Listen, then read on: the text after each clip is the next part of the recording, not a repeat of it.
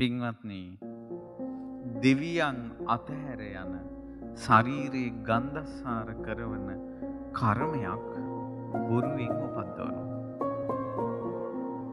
ඔබ යම් දවසක බොරුව කිව්වද යම් කෙනෙක් බොරුවක් කියලා තියනවාද ඒ බොරුව නැමැති කර්මයේ බීජයක් තියෙනවා. දෙවියන් ඔහු අතහැර යනවා.